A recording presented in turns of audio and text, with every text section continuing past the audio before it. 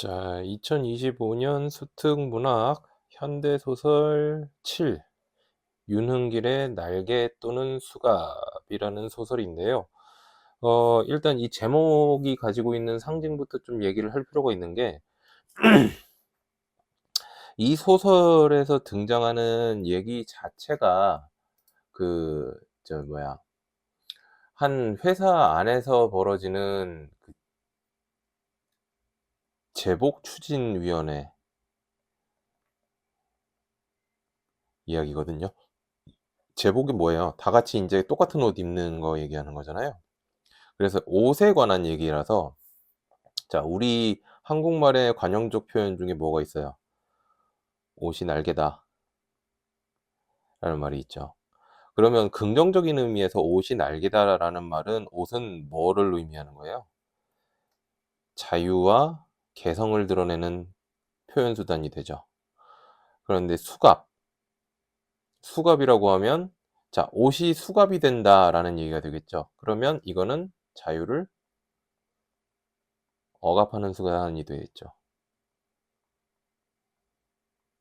그래서 이 소설에서 나오는 이 날개 또는 수갑이라는 제목 자체가, 이 제복추진위원회라는 회사에서 추진하고 있는 이 제복추진위원회가 어떤 방식으로 진행되는지에 따라 옷이 어떤 방식으로 해석되는가, 그거에 대한 얘기라고 할 수 있는데, 일단 시대적인 배경은 우리가 지금까지 다뤘던 일제강점기나 6.25 시대 언저리와는 쪼끔 떨어져 있어요.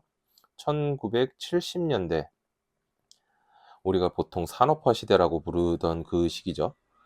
그 시기인데, 이 산업화 시기라고도 하지만 우리가 또 다른 한편으로는 무슨 시대라고 봐야 돼요? 1970년대 대통령 누구였어요?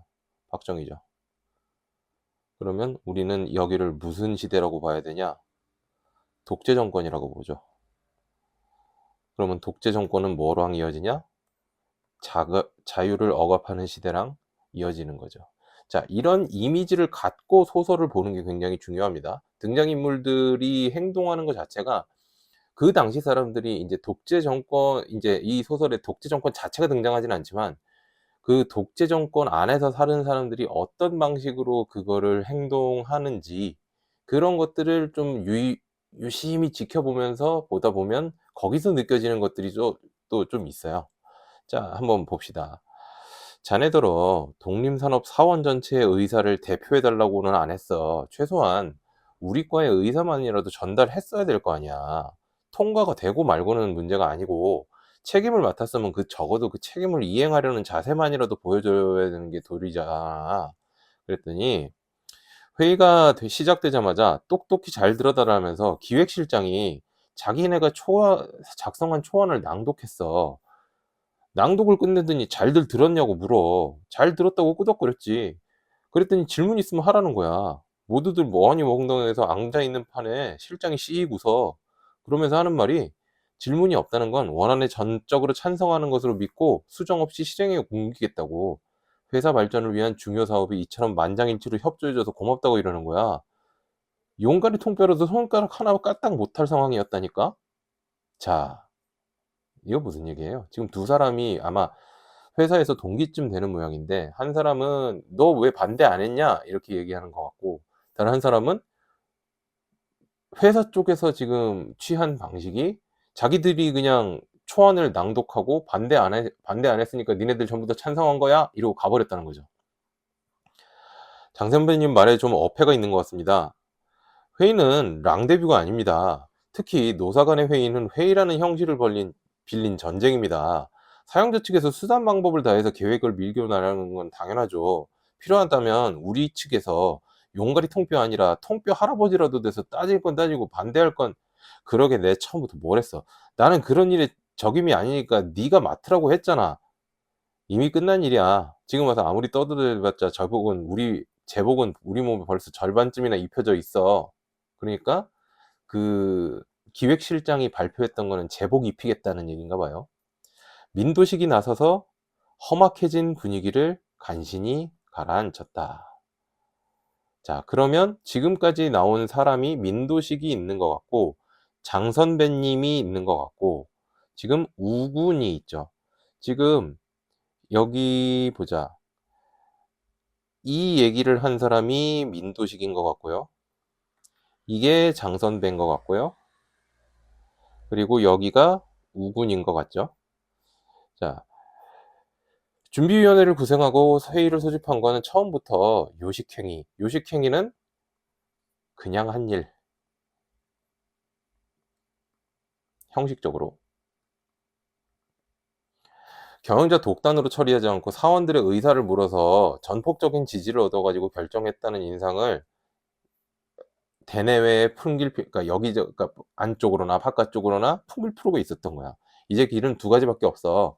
나머지 절반을 찾아서 마저 몸에 끼든가, 지금 아까 제복이 우리 몸의 절반쯤이나 입혀졌다 그랬잖아요. 그러니까 나머지 절반을 찾아서 마저 몸에 끼든가, 아니면 기왕 우리 몸에 입혀진 절반을 아예 벗어버리든가, 각자가 알아서 결정해야 돼. 저기 봐. 사람들이 아까부터 우리를 비웃고 있어.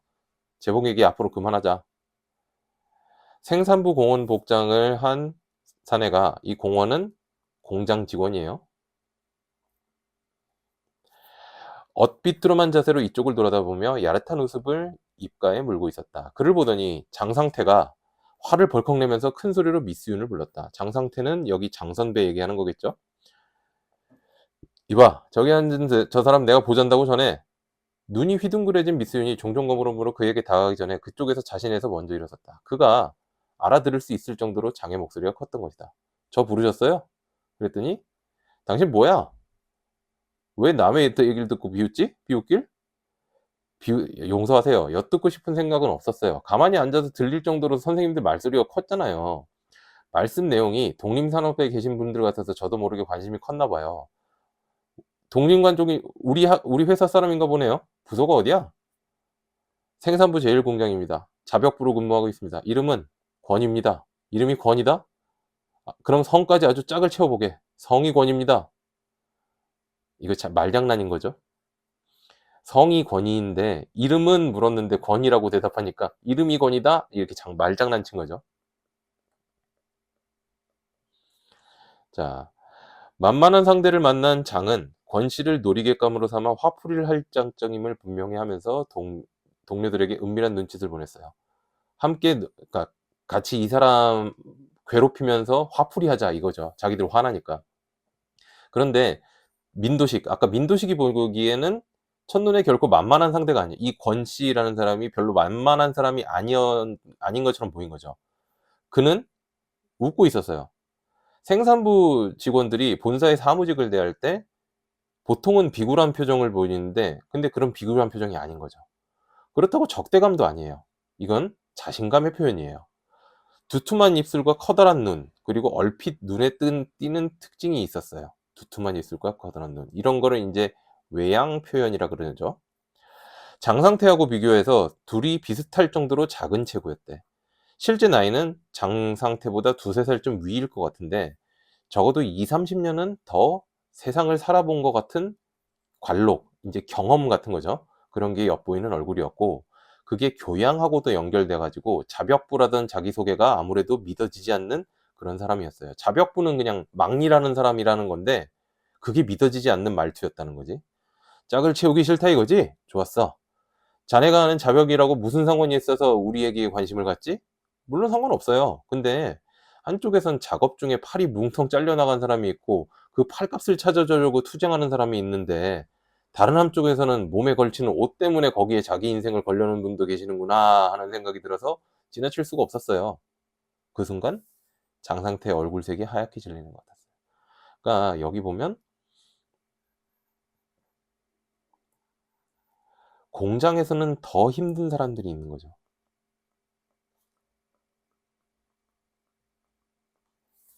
자, 중략 부분 줄거리. 자, 창업기념일 행사를 앞두고 모든 직원의 제복을 위한 절차가 진행되는데, 민도식과 우기환, 아까 우군이라고 부르는 사람이 우기환이었는데요. 자, 이를 거부하기로 의기투합해요. 이에 두 사람은 사장과 면담을 하는데, 사장은 두 사람을 다독이면서 회사의 뜻에 따라달라고 해요.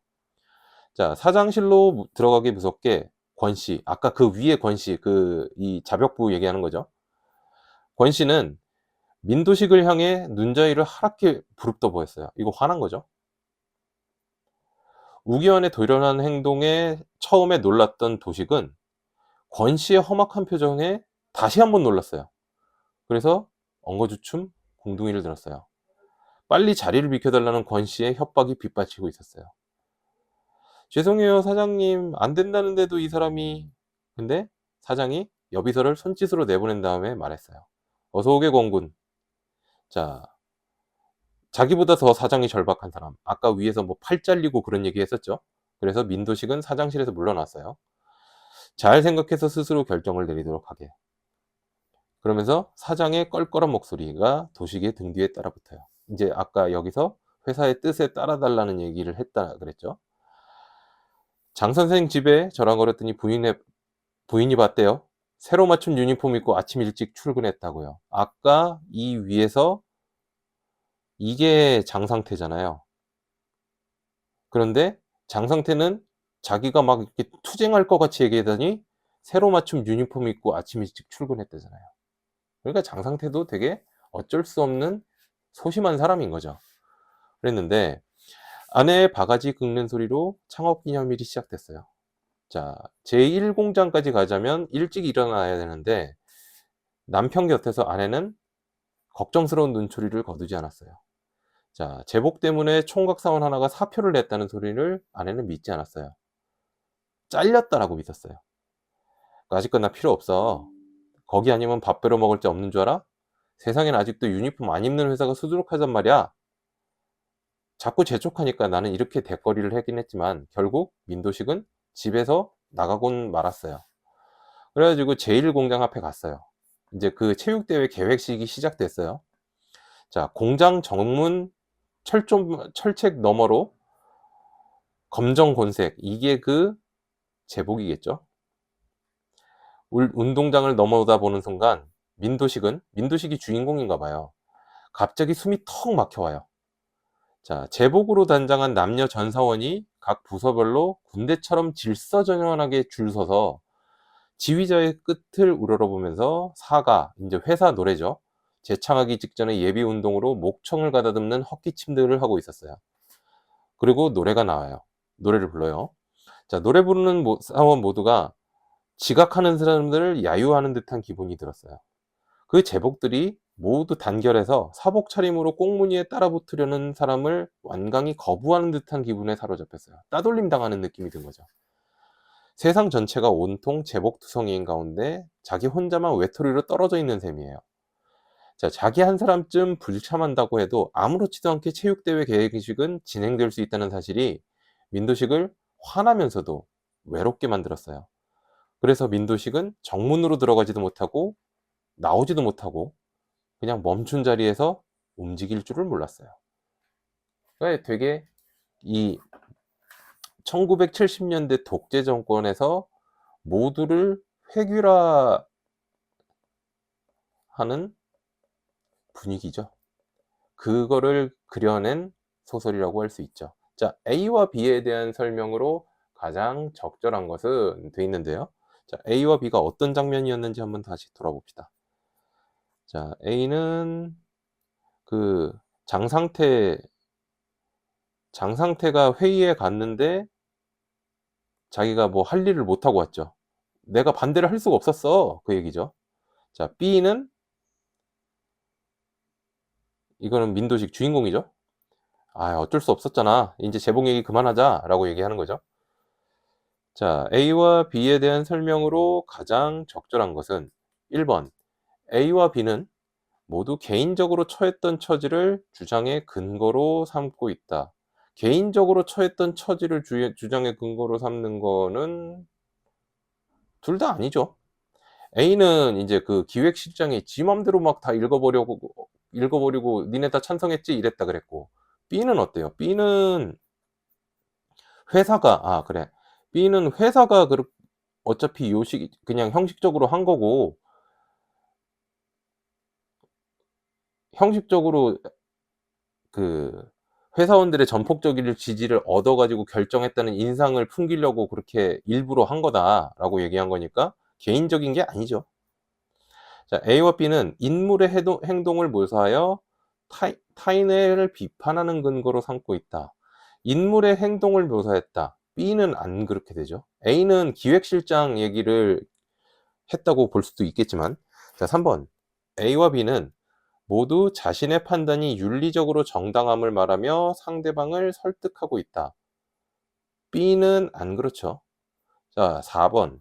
A는 일의 진행 과정을 순서대로 제시한 후 자신을 변호하고 있고, B는 사안의 의미를 분석한 후 자신의 주장을 제시하고 있다. 이게 제일 가깝죠. 자, 5번. A는 사안이 변해가는 과정을, 자, 추이는 변해가는 과정이에요. 요약적으로 제시한 후 일의 책임을 분석하고 있고, B는 체면 유지가 중요하다는 점을 얘기하면서 논의의 중단을 강요하고 있다. 강요 안 했죠. 그리고 사안의 추이를 요약적으로 제시한 것도 아니고요. 그러니까 4번이 맞겠습니다. 2번. 기억 미음에 대한 설명으로 적절하지 않은 것은, 자, 기억. 인물의 불편한 심리를 드러내고 있다. 기억 봅시다. 자, 장상태가 화를 벌컥 내면서 큰 소리로 미스 윤을 불렀다. 타인에 대한 인물의 반응, 그러니까 장상태가 그 권 씨에 대해서 화내면서 불편한 심리를 드러냈죠. 자, 타인에 대한 인물의 판단을 언급하여 이야기의 긴장감을 고조시키고 있다. 2번 니은. 자, 만만한 상대가 아니었다. 그쵸? 이거 싸웠을 때 장상태가 질 것 같다는 거지. 자, 긴장감을 고조시키고 있죠. 자, 3번. 인물이 관찰한 타인의 외모를 설명하며 갈등 해결의 실마리를 암시하고 있다. 디귿.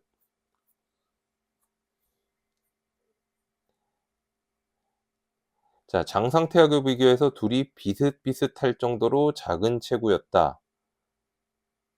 이거 외양 묘사라 그랬죠? 외모에 대해서 설명한 건데 갈등이 해결이 될 거다라고 얘기하는 게 아니죠, 이거. 아까 장상태랑 싸우기 직전의 상황이죠. 그러니까 이거 갈등 해결의 실마리가 아니고, 자, 리을. 인물이 처한 상황을 설명하기 위해 타인에게 신뢰를 얻지 못하고 있음을 드러내고 있다. 리을.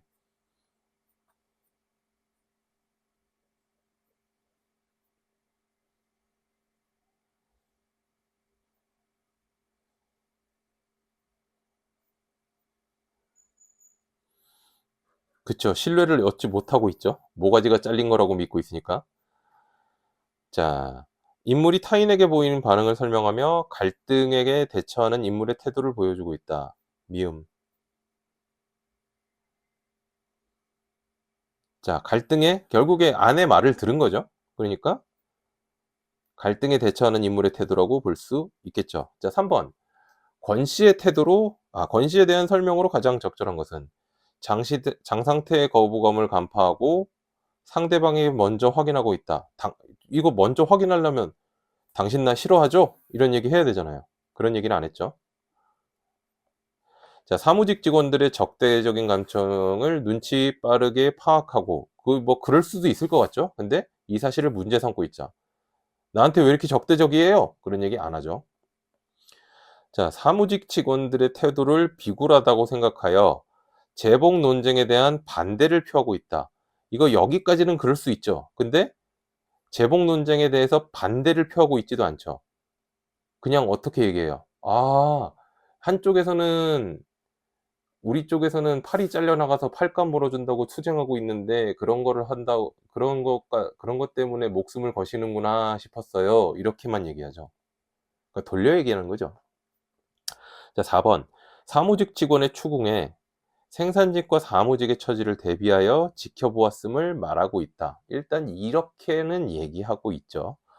자, 5번. 자신의 사정이 민도식의 것보다 더 절박하다고 면담을 요구하며 사장을 협박하고 있다. 이렇게 얘기는 안 했죠. 민도식이 자기가 생각하기에 권 씨가 더 절박하다고 생각한 거지. 그러니까 4번이 되겠죠. 자, 4번. 보기를 참고하며 윗글을 감상한 내용으로 적절하지 않은 것은, 자, 날개 또는 수갑은 회사의 일방적인 지침 때문에 제복을 입은 사원들이 겪는 갈등을 그리고 있는데, 자, 민도식을 중심으로 한 동료들은 제복 방침이 드러내는 전체주의적이고 강압적인 방식의 거부감을 가지고 불만을 나타내기도 하고 회사에 저항할 방법을 두고 갈등하기도 하는데, 대다수의 동료들은 회사의 지침에 복종해요. 그래서 민도식은 외로움과 무기력감을 느끼죠. 소설 속에서 사무직과 생산직 공원 사이의 갈등이 그려진 대목이랑 제복으로 통일된 사원들이 모인 창업기념식의 일사불란함을 나타낸 대목은 사무직 사원들이 자신들이 편하려고 적극적으로 회사 권력에 저항하지 못하는 모습을 드러내고 있대요. 자, 적절하지 않은 거 찾으래요. 자, 갑자기 숨이 턱 막혀옴을 느끼는 거는 전체주의적 문화에 대한 거부감이다. 그럴 수 있겠고, 자, 군대처럼 질서정연하게 도열해서 모인 사람들의 모습은 사원들이 회사에 복종한 거다. 그렇겠죠? 자, 사원들을 보며 모두가 작당해서 지각한 사람을 야유하는 듯한 기분을 느낀 민도식은 전체주의 문화에 대한 불만이 생겨서 회사에 반발심을 품기 시작하는 거다. 지금 이 얘기하고는 따로죠. 지금 민도식이 이렇게 돼서 반발심을 품기 시작하느냐. 지금 이 부분이 이 부분 뒤에는 어떻게 될지 지금 우리가 모르잖아요. 이 부분 뒤에는 어떻게 될지 모르지만 이 야유하는 기분을 느낀 민도식은 자기가 외롭다고만 느끼지 반발심을 품기 시작한다는 건 우리가 알 수가 없죠. 그래서 답은 3번이 되겠고, 자, 4번. 제복투성이인 가운데 외톨이가 되었다고 생각하는 민도식은 동료들이 없으니까 외로움을 느끼고 있는 거고, 자, 한 사람쯤 불참한다 해도 아무렇지도 않게 체육대회 개회식은 진행될 수 있다고 느낀 민도식은 개인의 저항이 무력하다고 느끼고 있겠죠.